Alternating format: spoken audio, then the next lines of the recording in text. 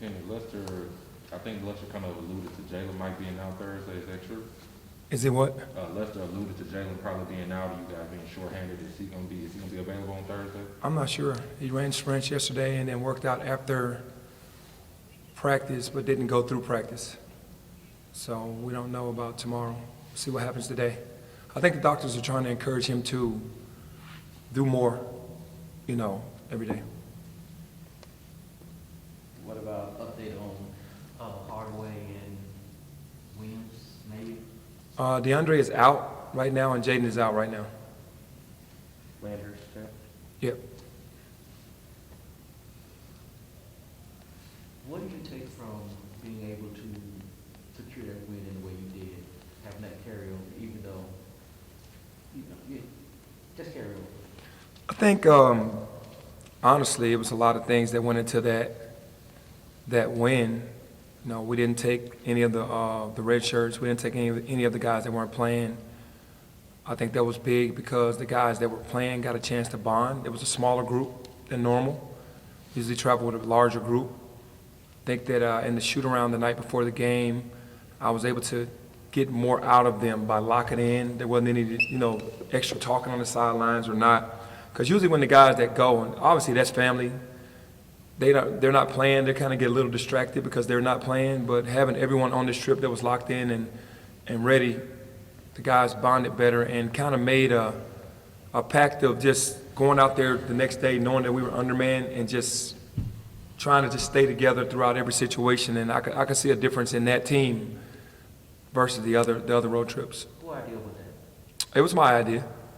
Where'd you get that? Well, I threatened to do it after the Tulane game because I was like, it's so many people that are playing. There's a lot going on. And I was like, nah, I second-guessed myself. And on this trip, I was like, because I knew that we already knew who wasn't playing, that it'd just make it easier for the guys to lock in that were playing. It looked like Alex got kind of, I don't know, he there was a play late where he went up for a block and then sort of fell on the Tulsa guy and then took a minute to gather himself. And then Tyler said he was in the boot after the game. Is he okay? Is he gonna? Yeah, well, Alo's still battling the ankle injury, and he's going to wear a boot just for precautionary measures. I don't think he re-injured anything in that play. If he did, he didn't say anything to me about it. Yeah, to wear the boot is basically just for caution. Did you go back and rewatch that last defensive series? I did. I watched the entire game a couple times just to kind of see the difference in the first half and the second half. And the first half, we just really fouled too much, and we left shooters. And then we adjusted the second half with starting Tyler over Earl, and there was no knock on Earl, but we felt like Tyler at the moment was playing better and put Alo on Jackson, and he kind of just stayed in the paint. But watching that last defensive segment, it was really special because the guys kind of locked in on personnel, not making mental mistakes, not fouling, and we got a big stop. Penny, it seems like in the first half you give a lot of teams free throws because you do a lot of reach, touch fouls. And how do you get your guys to defend without fouling? Because some refs going to call the touch fouls a lot and some not. So how do you get them to defend without fouling? Yeah, we're starting to change that. I am, because I'm more of the defensive guy on the team, and it's just playing more defense with your body instead of your arms and hands, moving your feet more. It's just a defense mechanism, honestly, that it's a fear of a guy getting around you, but all you have to do is move your feet, and they put their hands out. Anytime you do that, the ref is already looking. We have that reputation, so they're going to look for that from us during the games, and the guys just have to get better, and we're doing it every day in practice.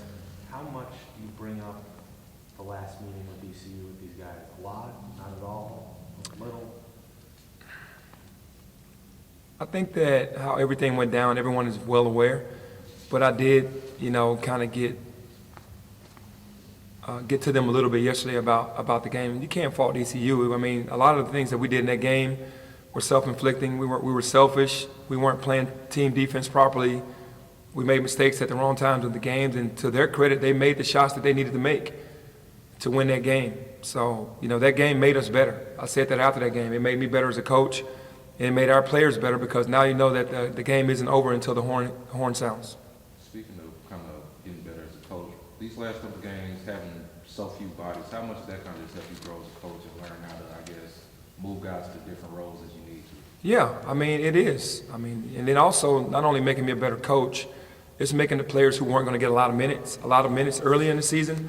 It's giving them minutes in crucial situations and pressure situations. So at the end of the season or in the AAC tournament, if someone gets into foul trouble or we have any more injuries, that they can handle that. But for me, I think just having to maneuver bodies, putting 4 freshmen on the floor, Earl is a freshman, at one time, and trying to protect them defensively and help them offensively understand what we need from them has been a challenge, but it's something that I look at film and come up with different ways to try to help them every game.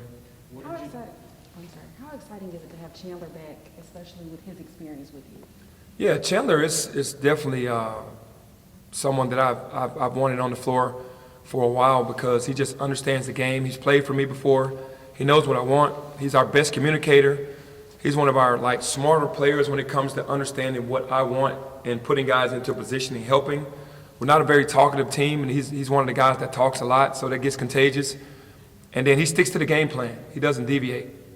And that definitely bodes well for us during the game. So I'm happy to have him back. What did you think of his first game back in 2 months? What do you think he can grow into over these last 10 games for you guys? Well, first of all, his presence is everything. He doesn't have to score. Obviously, he needs to take opportunities to do so whenever he feels like it because I know he's going to take good shots. But his presence over the time, just moving forward, and his role is just going to be a guy that just understands the game. He understands the other team's personnel very well. So he'll tell those freshmen on the court, if he's out there playing with them, who to leave, who not to leave, what to pay more attention to. And he'll just echo everything that I'm saying. So it's going to pay dividends for us to have him on the floor. It appears that Josh, his building blocks is slowly getting better and better. Just keeping him in the game. How well has he progressed over these last 10 games? Well, he's grown a ton because early on defensively he was, he and Imani both defensively, teams were going at them, and they weren't able to kind of defend the way that they wanted to. I think this time of being thrusted into having minutes because of the injuries and COVID has taught him that he has to get tougher and that they need to understand what's going to happen, like pay attention to the plays that we go over in practice and when the guys are going to, because the freshmen are always going to be targets on the floor, and I think Josh is starting to understand, okay, I have to use my length more. At first he used to play with his hands down. Now he gets his hands out to try to be more of a deterrent, and he's gotten much better. And offensively, he's always been gifted. He makes layups. He's starting to make his free throws. He makes plays that are just dynamic because of his athleticism, and now he's starting to understand the personnel of the other teams better. We have Larry Brown back tomorrow. Yeah, Coach came back the night that we got back. I saw the video because I wasn't here, and I thought that was pretty funny. But I thought that was also true Coach Brown being there for the guys after winning such a big game. I've seen JJ back on the bench. What can you tell us about the role he's going to be kind of helping you guys out with? Well, he moved into the player personnel role. The job has always been vacant.